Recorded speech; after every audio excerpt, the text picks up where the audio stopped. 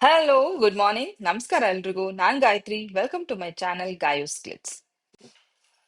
ಇದು ಬುಧವಾರದ ಬೆಳಗಿನ ಬ್ಲಾಗ್. ಬೆಳಗ್ಗೆನೆ ನನ್ನ ರೂಟೀನ್ ಸ್ಟಾರ್ಟ್ ಮಾಡ್ತಾ ಇದ್ದೀನಿ. ಆಸ್ ಯೂಶುವಲ್ ಕೆಲಸ ಎಲ್ಲ ಮುಗೀತು ಆಲ್ಮೋಸ್ಟ್. ಈಗ ದೇವ್ರ ಪೂಜೆಗೆ ಜೋಡಿಸ್ಕೊಳ್ತಾನೆ, ಅಡುಗೆಗೆ ಜೋಡಿಸ್ತಾ ಇದ್ದೀನಿ. ಏನಂದ್ರೆ ಇವತ್ತು ನಮ್ಮ ಮನೆ ದೇವ್ರು ಅಂದ್ರೆ ಕೊಡದಗುಡ್ಡದ ವೀರಭದ್ರ ದೇವರ ಸ್ವಾಮಿಯ ತೇರು. ತೇರಿನ ದಿನ ನಾವು ಯೂಶಲಿ ತೇರಿನ ದಿನ ಹೋಗಲ್ಲ. ಕಾರಣ ಮ್, ಆ, ತುಂಬಾ ರಶ್ಶು. ಆ ದೇವ್ರನ್ನ ನೋಡೋ ಅಂತ ಒಂದು ಖುಷಿನೂ ಸಿಗಲ್ಲ ಅವತ್ತು. ಹಾಗಾಗಿ ನಾವು ಬಾಕಿ ದಿನದಲ್ಲಿ ಹೋಗ್ ಬರ್ತೀವಿ. ವರ್ಷದಲ್ಲಿ ಯಾವಾಗ ಹೋಗ್ಬೇಕು ಅನ್ಸುತ್ತೋ ಅವಾಗ ಹೋಗೋದು ಬರೋದು ಮಾಡ್ತಾ ಇರ್ತೀವಿ. ಸೊ ತೇರ್ ಮುಗೀತು. ತೇರಿನ ದಿನದ ವ್ಲಾಗ್ನ ನಾನು ಇವತ್ತು ನಿಮ್ ಜೊತೆ ಹಂಚ್ಕೊಳ್ತಾ ಇದೀನಿ.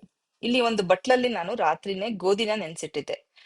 ಸುಮಾರು ಒಂದು 100 ಗ್ರಾಮ್ಸ್ ಅಷ್ಟು ಗೋಧಿನ ನೆನ್ಸಿಟ್ಟಿದ್ದೆ. ಬೇಕಾದಷ್ಟು ಆಗತ್ತೆ. 100 ಗ್ರಾಮ್ಸ್ 150 ಗ್ರಾಮ್ಸ್ ಗೋಧಿ ನೆನ್ಸಿಟ್ರೆ ನೀವು, ಇದು ಆರ್ಗ್ಯಾನಿಕ್ ಗೋಧಿ ಆಗಿರೋದ್ರಿಂದ ತುಂಬಾ ಟೇಸ್ಟಿಯಾಗಿ ಇವತ್ತು ಪಾಯಸ ಮಾಡೋದನ್ನ ತೋರಿಸ್ಕೊಡ್ತೀನಿ. ಆಲ್ಮೋಸ್ಟ್ ನಾನು ಮುಂಚೆ ಅಂದ್ರೆ ಈಗ 5 ವರ್ಷದಲ್ಲಿ ಮೊದಲನೇ ವರ್ಷ ನಾನು ತೋರಿಸಿರ್ಬೋದು ಪಾಯಸ ಹೇಗ್ ಮಾಡೋದು ಅಂತ. ಈಗ ಮತ್ತೆ ತೋರಿಸ್ತಾ ಇದೀನಿ. ಅಲ್ಲಿ ಜೀರಿಗೆ ಮತ್ತೆ ಅಜ್ವೈನದ ಕಷಾಯ ಕುಡಿಲಿಕ್ಕೆ ಹಾಕೊಂಡಿದೀನಿ. ಒಂದ್ ಕಡೆ ಸೊಪ್ಪನ್ನ ತೊಳೆದಿಟ್ಟಿದೀನಿ, ಸೊಪ್ಪಿನ ಸಾಂಬಾರ್ ಮಾಡೋಣ ಅಂತ ಹೇಳಿ. ಆ ಬೆಳಗ್ಗೆ ನೈವೇದ್ಯಕ್ಕೂ ಆಗ್ಬೇಕು ದೇವರಿಗೆ. ತಿಂಡಿ ಅಡುಗೆ ಎಲ್ಲ ಒಟ್ಟೊಟ್ಟಿಗೆನೆ. ಸೊ ಬೇಗ ಕೆಲಸ ಮುಗಿದ್ಬಿಟ್ರೆ ಏನಾಯ್ತು ಅಂದ್ರೆ ಇವತ್ತು ಆಕ್ಚುಲಿ ಹೋಳ್ಗೆ ಮಾಡೋಣ ಅಂದ್ರೆ ಕರಿಗಡುಬು ಮಾಡೋಣ ಅಂತ ಅನ್ಕೊಂಡಿದೆ.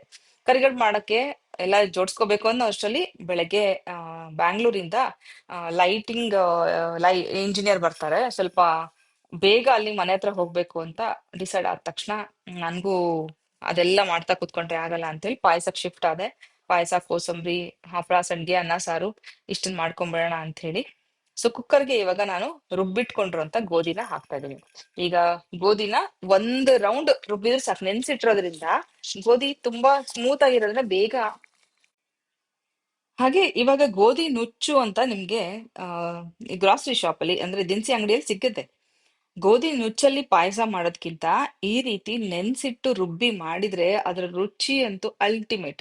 ಇನ್ನು ಹೊರಳ್ ಕಲ್ಲಲ್ಲಿ ರುಬ್ತಾರೆ, ಆದ್ರೂ ಅದು ಇನ್ನೂ ಚೆನ್ನಾಗಿರುತ್ತೆ ಟೇಸ್ಟು.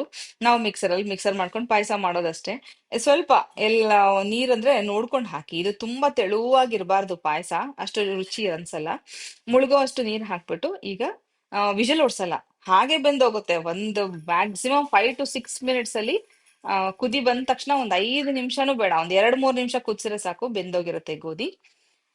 ಈ ಬೆಂದೋಗಿರುವಂತ ಗೋಧಿಗೆ ನಾವು ಗಸಗಸೆನ ಸ್ವಲ್ಪ ಬಿಸಿ ಮಾಡ್ಕೊಂಡು, ಒಣ ಕೊಬ್ಬರಿ ಗಸಗಸೆನ ರುಬ್ಕೊಂಡು ಅದನ್ನ ಇದಕ್ಕೆ ಹಾಕ್ತೀನಿ. ಶುಂಠಿ ಅಂದ್ರೆ ಒಣ ಶುಂಠಿ, ಏಲಕ್ಕಿ ಪುಡಿ, ಹಾಗೆ ಬೆಲ್ಲನ ಕರಗಿಸ್ಕೊಂಡು ಇದಕ್ಕೆ ಹಾಕಿದ್ರೆ ನಮ್ಮ ಆ, ತುಂಬಾ ರುಚಿಕರವಾದ ಗೋಧಿ ಪಾಯಸ ರೆಡಿ. ಬೇಸಿಗೆ ಕಾಲದಲ್ಲಿ ತುಂಬಾ ಜನ ಮಾಡೋದು ಈ ಗೋಧಿ ಪಾಯಸನೇ.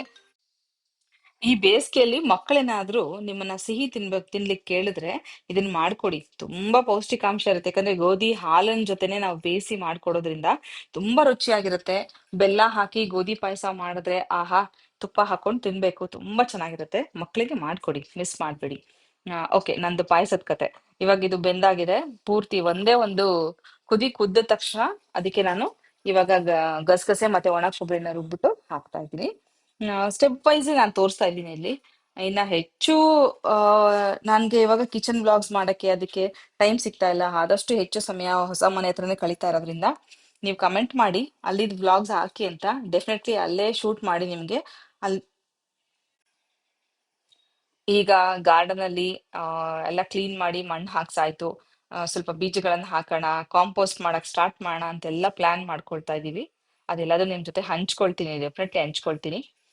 ನೋಡಿ ಇವಾಗ ಗಸಗಸೆ ಮತ್ತೆ ಒಣ ಕೊಬ್ಬರಿನ ರುಬ್ಬಿ ಅದಕ್ಕೆ ಹಾಕಿದೀನಿ. ರಿಚ್ ಆಗಿರೋ ಪಾಯಸ ರೆಡಿ. ಇದಕ್ಕೆ ಬೆಲ್ಲದ ಹಲ್ಲ ಹಾಕ್ಬೇಕು. ಶುಂಠಿ ಮತ್ತೆ ಏಲಕ್ಕಿ ಪುಡಿಗಳನ್ನು ಸಹಿತ ರುಬ್ಬಾಗನೆ ಹಾಕೊಂಡು ರುಬ್ಬಿದೀನಿ. ಹೆಚ್ಚಿಗೆ ಏನು ಬೇಡ. ಗೋಡಂಬಿ ದ್ರಾಕ್ಷಿನ ಊಟ ಮಾಡುವ ಟೈಮಲ್ಲಿ ನಾನು ಬೆರೆಸ್ತೀನಿ, ಯಾಕಂದ್ರೆ ಕ್ರಿಸ್ಪಿ ಆಗಿರುತ್ತೆ ಗೋಡಂಬಿ. ಇಲ್ಲ ಅಂದ್ರೆ ಮೆತ್ತಗಾಗ್ಬಿಟ್ಟಿರುತ್ತೆ, ಆ ತಿನ್ನೋ ಒಂದ್ ಮಜಾ ಬರಲ್ಲ. ಹಾಗಾಗಿ ಇದನ್ನ ಆಮೇಲೆ ಬೆರೆಸ್ತೀನಿ. ಹೆಸರು ಬೇಳೆ, ಕಡ್ಲೆ ಬೇಳೆ ಎರಡನ್ನೂ ಕೂಡ ಇದೇ ರೀತಿ ನೀವು ಹೆಸರು ಬೇಳೆನ ಹುರಿದು ಖಾಲಿ ಹುರಿರಿ, ಏನೂ ಹಾಕ್ಬೇಡಿ. ಆ ನಂತರ ಈ ರೀತಿ ಪಾಯಸ ಇದೇ ತರ ಮಾಡಿ. ಎಲ್ಲ ಕಡ್ಲೆ ಬೇಳೆನೂ ಅಷ್ಟೇ ತುಂಬಾ ಚೆನ್ನಾಗಿರುತ್ತೆ. ಬಟ್ ಗೋಧಿ ತುಂಬಾ ಆರೋಗ್ಯಕರವಾಗಿರೋದ್ರಿಂದ ಗೋಧಿನ ಮಾಡಿ ಕೊಡಿ ಮಕ್ಕಳಿಗೆ ಅಂತಾನೆ ನಾನು ನಿಮ್ಗೆ ಸಜೆಸ್ಟ್ ಮಾಡ್ತೀನಿ. ಅದು ಒಂದು ಕುದಿ ಕುದಿಸ್ಬಿಟ್ಟು ಆಫ್ ಮಾಡಿದೀನಿ. ಬೆಲ್ಲದ ಹಾಲು ಆ ಕಡೆ ಬಿಸಿ ಆಗ್ತಾ ಇದೆ. ಬೆಲ್ಲ ಕರಗಿದ ತಕ್ಷಣ ಆರ್ಗ್ಯಾನಿಕ್ ಗೋಧಿ, ಆರ್ಗ್ಯಾನಿಕ್ ಬೆಲ್ಲ, ದೇಸಿ ತುಪ್ಪ ಎಷ್ಟ್ ಚೆನ್ನಾಗಿರುತ್ತಲ್ವಾ ಕಾಂಬಿನೇಷನ್. ಕಣ್ಣು ಮುಚ್ಕೊಂಡು ಗಿಲ್ಟ್ ಫ್ರೀ ಆಗಿ ನಾವು ಊಟ ಮಾಡ್ಬೋದು, ಅಷ್ಟ್ ಚೆನ್ನಾಗಿರುತ್ತೆ. ನೆನ್ನೆ ತಾನೇ ಹಬ್ಬ ಆಗಿತ್ತು, ಇವತ್ತು ವಾಯ್ಸ್ ಓವರ್ ಮಾಡಿ ನಿಮ್ಗೆ ಹಾಕ್ತಾ ಇದ್ದೀನಿ.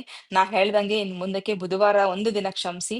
ಆಸ್ ಯೂಶುವಲ್ ವೀಕೆಂಡ್ ಅಲ್ಲಿ ನಾನು ಒಂದು ಲೈವ್ ಮಾಡ್ತಾ ಇದ್ದೆ, ಸಮಯ ಸಿಗದೆ ಮಾಡ್ತಾ ಇಲ್ಲ. ವೀಕೆಂಡ್ ಅಲ್ಲಿ ಲೈವ್ ಮಾಡಕ್ ಪ್ರಯತ್ನ ಪಡ್ತೀನಿ. ಈ ವೀಕೆಂಡ್ ಬಹುಶಃ ಅಮ್ಮ ಇಲ್ಲಿರ್ತಾರೆ ಅಥವಾ ನಾನು ಅಲ್ಲಿರ್ತೀನಿ. ವೀಕೆಂಡ್ ಜೊತೆಲಿ ಲೈವ್ ಮಾಡೋಣ ಅಂತ ಒಂದು ಪ್ಲಾನ್ ಮಾಡ್ತಾ ಇದೀವಿ. ಆ ಬಟ್ ಬುಧವಾರ ಬ್ಲಾಗ್ ಹಾಕಲ್ಲ. ಸೋಮವಾರ, ಮಂಗಳವಾರ, ಗುರುವಾರ, ಶುಕ್ರವಾರ, ವಾರದಲ್ಲಿ 4 ದಿನ ವಿಡಿಯೋಸ್ನ ಹಾಕ್ತಾ ಹೋಗ್ತೀನಿ.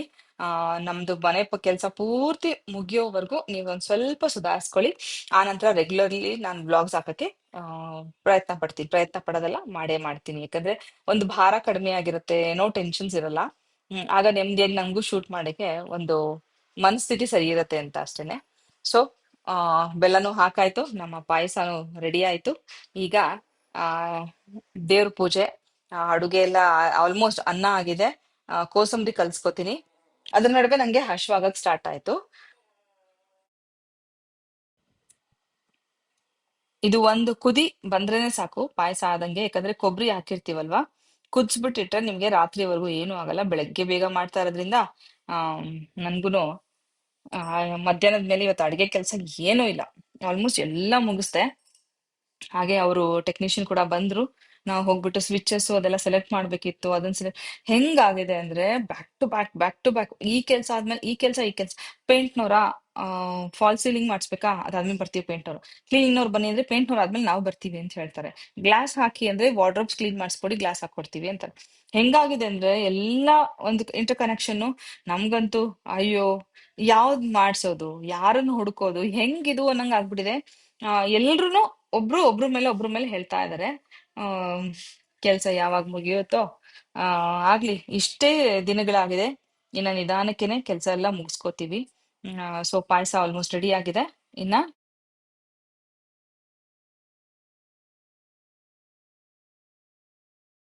ಟೈಮ್ ನೋಡ್ಬೋದು, 6:55 ಆಗಿದೆ ಈಗ.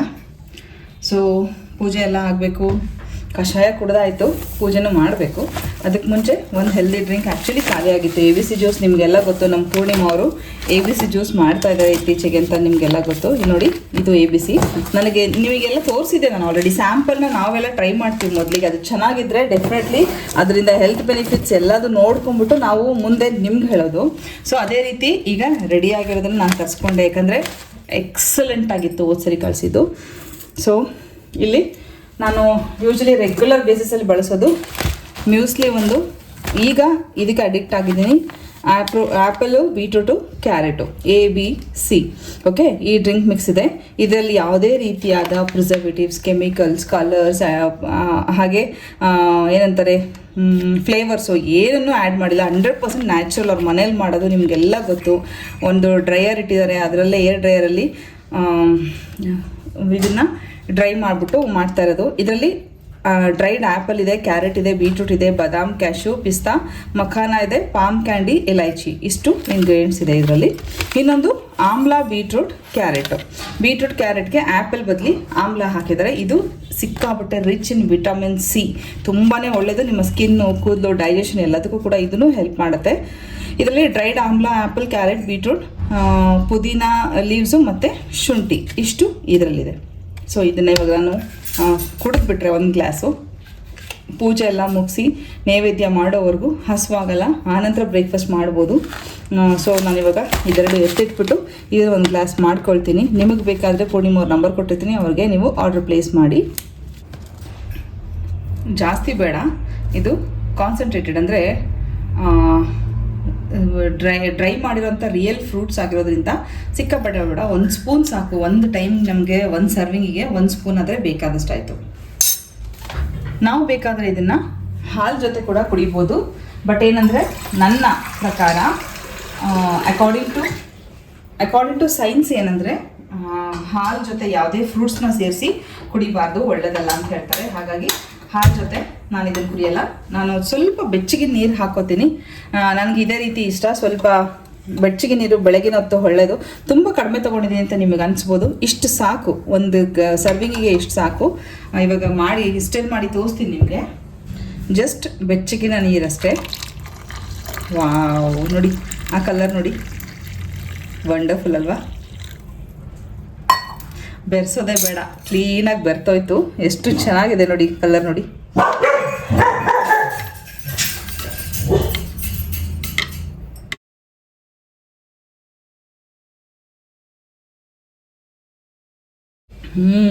ಎಕ್ಸಲೆಂಟ್. ನಿಮಗೆ ಬೇಕಾದರೆ ನೀವು ತರಿಸ್ಕೋಬೋದು. ಓಕೆ, ದೇವ್ರ ಪೂಜೆ ಮಾಡಕ್ಕೆ ಒಂದು ಖುಷಿ ಆಗತ್ತೆ ನನಗೆ. ಯಾಕಂದ್ರೆ ಅಷ್ಟು ವೆರೈಟಿ ಹೂಗಳು, ದಾಸವಾಳದ ಹೂವು, ದುಂಡು ಮಲ್ಗೆ. ಈಗ 7 ಸುತ್ತಿನ ದುಂಡು ಮಲ್ಗೆ ಸಿಗಕ್ ಸ್ಟಾರ್ಟ್ ಆಗಿದೆ. ದೇವ್ರ ಮನೆ ಒಳಗಡೆ ಕಾಲ್ ಇಡ್ತಾ ಇದ್ದಂಗ್ಲೆ ಸಂಜೆ ಮಲ್ಗೆ, 7 ಸುತ್ತಿನ ದುಂಡು ಮಲ್ಗೆ, ಸಂಪಿಗೆ ಹೂವಿಂದ ಗಮ್ ಅಂತಿರುತ್ತೆ ದೇವ್ರ ಮನೆ. ಆ ಒಂದು ಆ ವೈಬ್ಸೇ ಬೇರೆ, ಆ ಎನರ್ಜಿನೇ ಬೇರೆ. ಏನೇ ನಾವು ದುಡ್ಡು ಕೊಟ್ಟು ಹೂ ತರ್ತೀವಿ ಅಂದ್ರು ಕೆಲವೊಂದು ನಮ್ಮ ಹಿತ್ಲಲ್ಲಿ ಬೆಳೆದಿರೋ ಹೂಗಳದ್ದು ಘಮನೇ ಬೇರೆ, ಆ ಸಂತೋಷನೇ ಬೇರೆ. ಆಲ್ಮೋಸ್ಟ್ ತುಂಬಾ ಜನ ಇದನ್ನ ಎಕ್ಸ್ಪೀರಿಯನ್ಸ್ ಮಾಡಿರ್ತೀರಾ. ದೇವ್ರಿಗೆ ನೈವೇದ್ಯಕ್ಕೆ ನೋಡ್ಬೋದು, ಪಾಯಸ, ಅನ್ನ, ತುಪ್ಪ, ಹಾಲು, ಹಾಗೆ ಕೋಸಂಬರಿ ಹಿಟ್ಟನ್ನ ನೈವೇದ್ಯ ಮಾಡ್ತಾ ಇದ್ದೀನಿ. ನೈವೇದ್ಯ ಮಾಡಿ ಆರತಿನೂ ಮಾಡಾಯ್ತು. ನಿಮ್ಗೆ ಆ ಪೂಜೆಯ ಕ್ಲಿಪ್ಪಿಂಗ್ ಅನ್ನ ನಾನು ಇಲ್ಲಿ ಶೇರ್ ಮಾಡ್ತಾ ಇದ್ದೀನಿ. ತುಂಬಾ ಜನ ಕೇಳ್ತಾ ಇರ್ತೀರಾ, ಮತ್ತೆ ಮತ್ತೆ ಕೇಳ್ತೀರಾ. ನಾ ಹೇಳ್ತಾ ಇದ್ದೀನಿ, ಈ ದೇವ್ರ ಮನೇಲಿರೋ ಆಲ್ಮೋಸ್ಟ್ ಎಲ್ಲಾ ಐಟಮ್ಸು ಅಜ್ಜಿಯ ಅರಮನೆಯಿಂದ ನಾನು ತಗೊಂಡಿದ್ದು. ಅಲ್ಲಿ ನಿಮ್ಗೆ ಈ 3 ಸ್ಟೆಪ್ ಮಣೆ ಆಗ್ಲಿ, ವಿಭೂತಿ ಕಡ್ಗೆ ಆಗ್ಲಿ, ದೀಪದ ಕೆಳಗಿನ ಮಣೆಗಳಾಗ್ಲಿ, ಎಲ್ಲದೂ ಕೂಡ ಈವನ್ ಕಂಚಿಂದು, ಹಿತ್ತಾಳೆದು ಎಲ್ಲದೂ ಅಜ್ಜಿಯರ ಮನೇಲೆ ತಗೊಂಡಿರೋದ್ರಿಂದ ನಿಮ್ಗೆ ಅಲ್ಲಿ ಎಲ್ಲಾ ಸಿಕ್ಕತ್ತೆ. ಅನ್ನಪೂರ್ಣೇಶ್ವರಿ ಪೂಜೆ ಮಾಡ್ಲಿಕ್ಕೆ ಆ ಸೇರು, ಒನ್ಕೆ, ಸಾರಿ ಕಡ್ಗೋಲು, ಕಲ್ಸ, ಏನ್ ಬೇಕು ಎಲ್ಲದು ಅಲ್ಲಿ ಸಿಕ್ಕತ್ತೆ. ಸೊ ಇನ್ನ ಮತ್ತೆ ಕೇಳೋದ್ರಲ್ಲಿ ಅರ್ಥ ಇರಲ್ಲ, ಯಾಕಂದ್ರೆ ನಾನು ಸುಮಾರು ಸಲ ಹೇಳಿದೀನಿ. ಪಾಪ ಹೊಸಬ್ರು ಗೊತ್ತಿಲ್ದೇ ಇರೋರು ವಿಡಿಯೋ ನೋಡಿದ ತಕ್ಷಣ ಕೇಳ್ತಾ ಇರ್ತೀರಾ. ನಿಮ್ಗೋಸ್ಕರ ನಾ ಹೇಳ್ತಾ ಇದ್ದೀನಿ. ಮೊದ್ಲಿಗೆ ಗಣಪತಿನ ನೆನ್ಸ್ಕೊಂಡು ಒಂದು ತೆಂಗಿನಕಾಯಿನ ಹೊಡೆದು ಆನಂತರ ನೈವೇದ್ಯ ಮಾಡಿ ನಾನು ಪೂಜೆನ ಮುಗಿಸ್ದೆ. ಇದು ಇವತ್ತಿನ ನಮ್ಮ ಆ ಮನೆಯಲ್ಲಿ ನಾವು ಮಾಡಿದ ಸೆಲೆಬ್ರೇಷನ್ ಬಗ್ಗೆ ತೋರಿಸ್ದೆ. ಹಾಗೆ ಇವತ್ತು ತೇರ್ ಹಬ್ಬ ಹೇಗಾಯ್ತು ಅಂತ ಕೂಡ ನಿಮ್ ಜೊತೆ ಹಂಚ್ಕೊಳ್ತೀನಿ, ಬನ್ನಿ. ಇದು ನಮ್ಮ ಕೊಡದಗುಡ್ಡದ ವೀರಭದ್ರ ಸ್ವಾಮಿ. ತುಂಬಾ ಸುಮಾರು ಒಂದು 6 ಅಡಿಗಿಂತ ಎತ್ತರ ಇದೆ ದೇವ್ರು. ನಮ್ಮ ಫ್ಯಾಮಿಲಿಯಿಂದ ಭಾವ ಎಲ್ಲರೂ ಹೋಗಿರ್ತಾರೆ. ಅವರ ಮೂಲಕ ನಾನು ಕ್ಲಿಪ್ಪಿಂಗ್ಸ್ ನಾನು ಇಲ್ಲಿ ಶೇರ್ ಮಾಡ್ತಾ ಇದ್ದೀನಿ. ನೋಡಿ ಎಷ್ಟು ಜನ, ನೋಡಿ ಕೆಳಗಡೆ ಇರುವೆಗಳ ತರ ಕಾಣಿಸ್ತಾರೆ, ಅಷ್ಟು ಜನ ಸೇರಿರ್ತಾರೆ. ನೋಡಿ, ನಂಗೆ ಈ ಜನ ನೋಡಿದ್ರೆ ಭಯ ಆಗ್ಬಿಡುತ್ತೆ. ಇಷ್ಟು ಜನರ ನಡುವೆ ದೇವ್ರೇ ಕಾಣಿಸಲ್ಲ, ತುಳ್ದಾಡ್ಕೊಂಡು ಹೋಗ್ ಬರ್ತೀವಿ ಅಂತ. ಸೊ ನಮ್ಮ ಅರ್ಚನಾ ಕ್ಲಿಪ್ಪಿಂಗ್ ಮಾಡಿ ಕಳ್ಸಿದ್ಲು. ತೇರ್ಗೆಲ್ಲ ಹೋಗ್ ಬರ್ತಾರೆ ಅವರು, ಮಕ್ಕಳೆಲ್ಲ ಆಲ್ಮೋಸ್ಟ್ ಹೋಗ್ ಬರ್ತಾರೆ. ಸೊ ಅದನ್ನ ನಿಮ್ ಜೊತೆ ಹಂಚ್ಕೊಳ್ತಾ ಇದ್ದೀನಿ. ನೋಡಿ, ತೇರು ಎಳಿಲಿಕ್ಕೆ ರೆಡಿ ಮಾಡಿದ್ದಾರೆ. ಸುಮಾರು 4:15 ಇಂದ 5 ಗಂಟೆ ಒಳಗಡೆ ಈ ತೇರ್ನ ಎಳಿತಾರೆ. ತೇರ್ ಎಳೆಯೋದಂದ್ರೆ ಗೊತ್ತಿರುತ್ತೆ, ಗೊತ್ತಿಲ್ದಿರೋರ್ಗೆ ಹೇಳ್ತಾ ಇದೀನಿ. ತೇರ್ ಎಳೆದಾಗ ಎಲ್ರು ಆ ತೇರಿಗೆ ಬಾಳೆಹಣ್ಣನ್ನ ಬಿಸಾಕ್ತಾರೆ. ಇದ್ರ ಬಗ್ಗೆ ಯಾರಿಗಾದ್ರೂ ಮಾಹಿತಿ ಇದ್ರೆ, ಏನಕ್ಕೆ ಈ ತರ ಅಂತ ಸ್ವಲ್ಪ ಕಮೆಂಟ್ ಮಾಡಿ ತಿಳಿಸಿ. ನಾನು ನೆಕ್ಸ್ಟ್ ವ್ಲಾಗ್ ಅಲ್ಲಿ ಅದನ್ನ ಎಲ್ರಿಗೂ ಹೇಳ್ತೀನಿ. ನನಗ್ ಸರಿಯಾಗಿ ಮಾಹಿತಿ ಇಲ್ಲ ಬಾಳೆಹಣ್ಣನ್ ಏನಕ್ಕೆ ಹಾಕ್ತಾರೆ ತೇರಿಗೆ ಅಂತ.